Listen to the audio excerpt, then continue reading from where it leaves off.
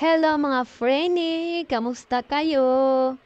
Sana'y nasa mabuti kayong kalagayan ngayon. Magandang buhay sa inyong lahat.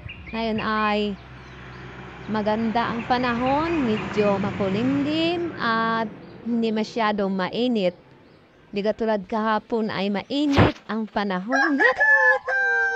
Ngayon ay maganda dahil pwede tayong maglakad-lakad sa labas at hindi mainit ang panahon. Yan naman ang aking maalagang manok ay naglalakad sila sa labas dahil maganda ang panahon na yun. Hindi masyadong mainit. At medyo tahimik ngayon dahil ang mga friend natin ay medyo busy. Naghanap buhay. Nagdouble kayod ang iba. Yan, iba ay nagbibiyahe. Yan ang ating kalsada. Tahimik. Busy ang mga tao sa pag-double kayod. Ayan mga Frenny. Sana ay okay lang kayo dyan at huwag masyado